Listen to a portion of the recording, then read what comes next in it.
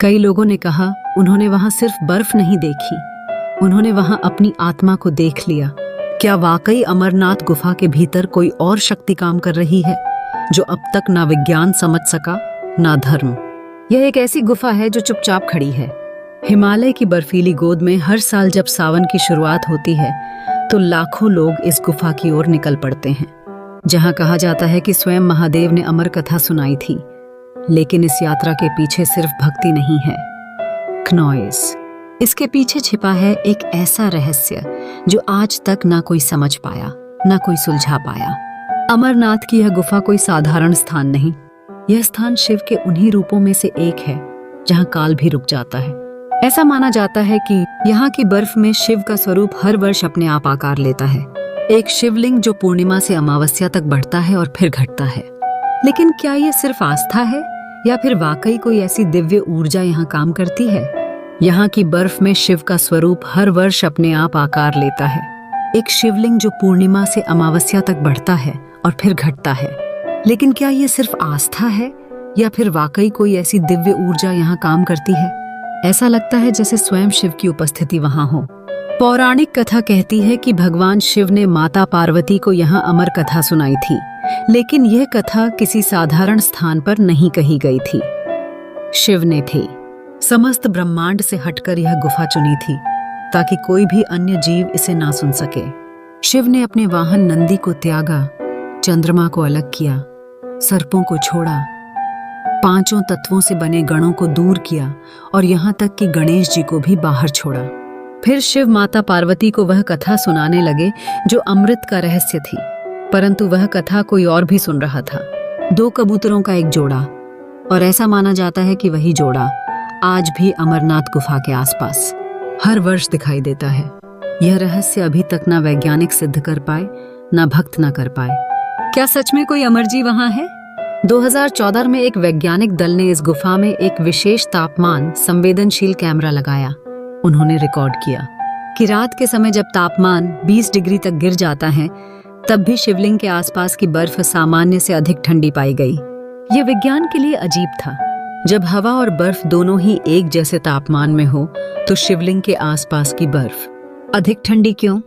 कुछ मान्यताओं के अनुसार यह शिवलिंग धरती के केंद्र से निकलने वाली किसी ऊर्जा से निर्मित होता है। यह कोई साधारण बर्फ नहीं, यह चेतना है जो केवल उन लोगों को दिखाई देती है जिनका मन शुद्ध हो। साधु संतों का मानना है कि यह शिवलिंग स्वयंभू है और इसके दर्शन मात्र से जीव की जन्मों की प्यास बुझ जाती है। वे कहते हैं कि अमरनाथ की गुफा एक शक्ति केंद्र है, एक ऊर्जा चक्र। वहीं दूसरी ओर कुछ लोग यह भी मानते हैं कि गुफा के पीछे अब भी एक गुप्त मार्ग है जो एक दूसरी लोक तक जाता है।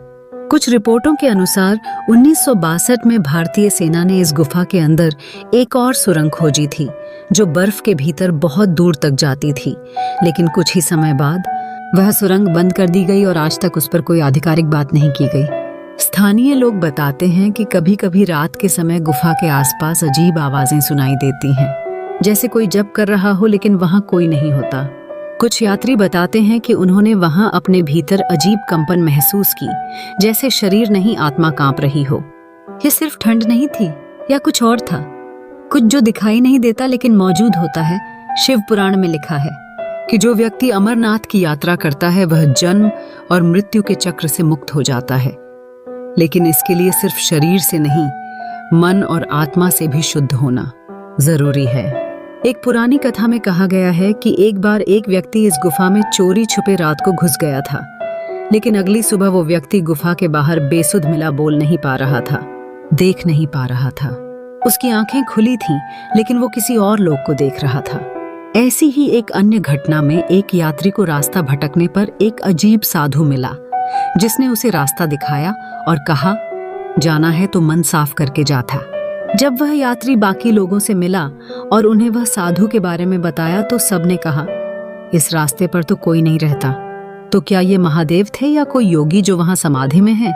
कुछ लोग मानते हैं कि अमरनाथ गुफा किसी अनंत ऊर्जा के केंद्र पर स्थित है, जहां ब्रह्मांड की चेतना सघन रूप में एकत्रित है।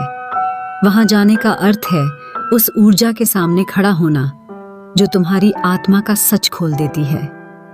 अमरनाथ यात्रा में कई लोग अपने जीवन की सबसे कठिन परीक्षा से गुजरते हैं। पथरीले रास्ते, तेज हवाएं, ऑक्सीजन की कमी और अचानक मौसम बदल जाना, यह सब जैसे शिव की परीक्षा हो। पर जो इस परीक्षा को पार कर जाता है उसका कुछ बदल जाता है। शायद यही है अमरनाथ का रहस्य, न केवल बाहर की यात्रा बल्कि भीतर की यात्रा। यह गुफा सिर्फ शिवलिंग नहीं है, यह एक दर्पण है जो तुम्हें तुम्हारा वास्तविक रूप दिखाता है। तो अगली बार जब आप अमरनाथ जाएं तो केवल एक यात्री नहीं, एक साधक बनकर जाए, क्योंकि वहां सिर्फ बर्फ नहीं है, वहां अमृता का रहस्य है और शायद शिव स्वयं आपका इंतजार कर रहे हों। ऐसी ही रहस्यमयी कहानियों के लिए आप अपने इस चैनल को सब्सक्राइब कीजिए और घंटी वाली बटन दबा दीजिए। हर कथा में छुपा है हर हर महादेव, जय शिव शंभू।